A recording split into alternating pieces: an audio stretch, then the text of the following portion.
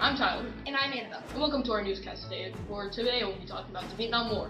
Annabelle, what events and people prompted the U.S. involvement in the Vietnam War?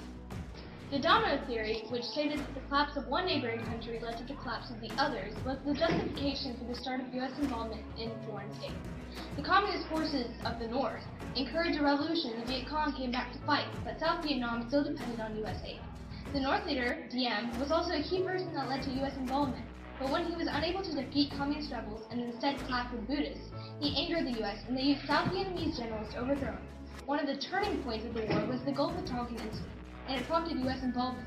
North Vietnamese ships attacked a U.S. destroyer, which caused President Johnson to order the bombing of northern naval bases in retaliation.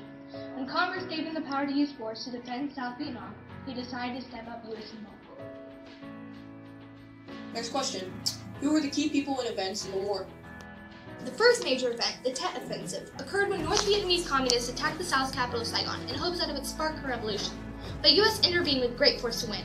However, because of the violence and clear determination of the attacks, the U.S. began to have anti-war thoughts. Now President Nixon needed a method to leave Vietnam without humiliation or clear abandonment of South Vietnam. He tried to threaten the North into retreating from the South when the U.S. did, but they knew he was bluffing.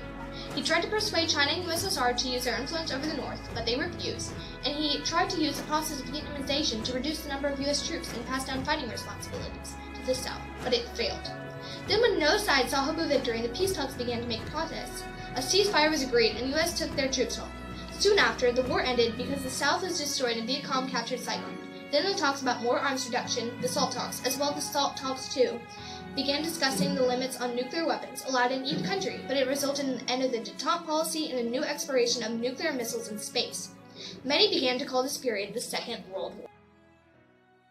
So we're back, and we're here with Oscar. So, Oscar, how did the United States attempt to intervene?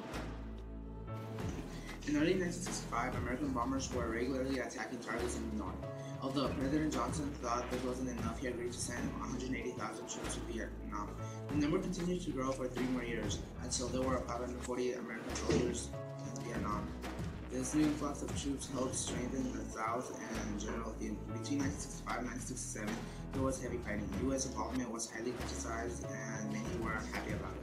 American tactics brought little success due to the Viet Cong's form of fighting, which was guerrilla fighting. Americans tried many methods, but none proved to be effective. It simply angered the ordinary people of Vietnam's countryside and increased support for the Viet Cong. We're Tyler. Hey there, Annabelle. So, how successful were the efforts to contain communism? Well, Annabelle, at the time, the U.S. was not very successful at containing communism. President Johnson was very unsuccessful towards any progress at controlling the situation. He admitted failure and was trying to find a way out. That's when President Nixon came into turn. Vietnamization caused the spread of communism. In an attempt to gain the trust of ordinary Vietnamese people, the U.S. stepped up their bombing.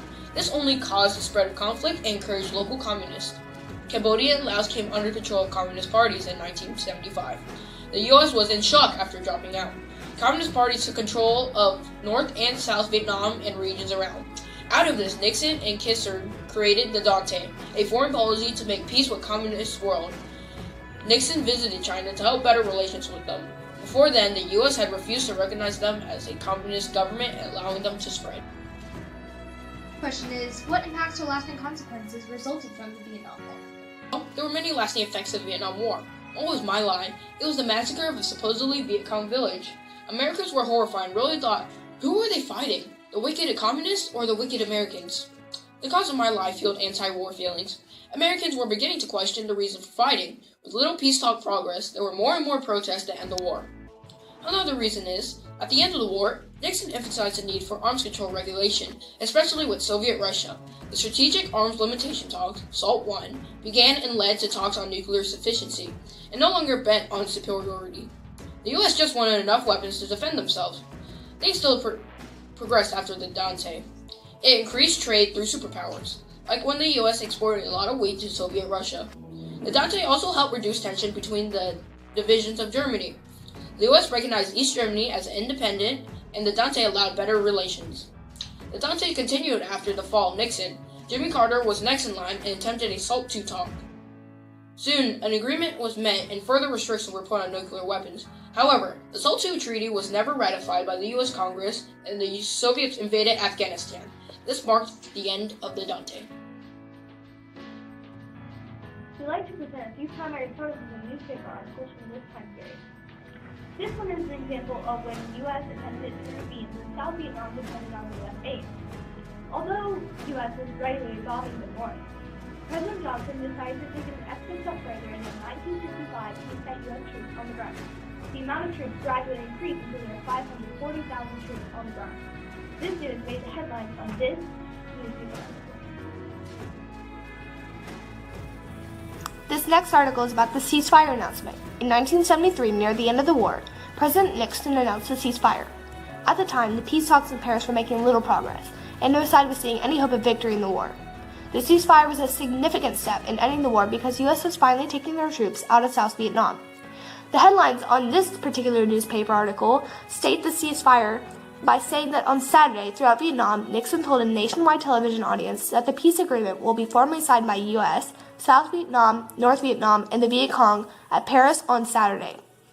Withdrawal of the remaining American forces in Vietnam and the return of U.S. prisoners of war will be accomplished within the next 60 days, the president said. In outlining terms of the agreement, this is a peace that lasts, Nixon states, and a peace that heals. In this final news article today, we'll be talking about the ending of the war and the consequences that soon follow afterwards. During the ceasefire in 1973, the U.S. finally pulled their troops out of South Vietnam. However, this did not stop the fighting. The North and South were still locked in intense combat, but without the aid of U.S. troops, the South finally fell. On April 1975, the war finally ended, and the North took control of the southern capital Saigon. At the end of the war, this was a huge blow to the U.S. reputation. Their failure to contain communism in the North made them reassess their policy towards the communist world. Also, the cost of the war was huge. Over 55,000 people were dead, and over billions of dollars were to be paid in war debt. Cambodia, Laos, North Vietnam, and South Vietnam were all under control of a communist government. This made the U.S. lose their confidence in pursuing their dreams of becoming world-leading country. Thank you for joining us today on our newscast about the Vietnam War. We hope you learned something from the interviews and the primary sources presented. Hope to see you again soon.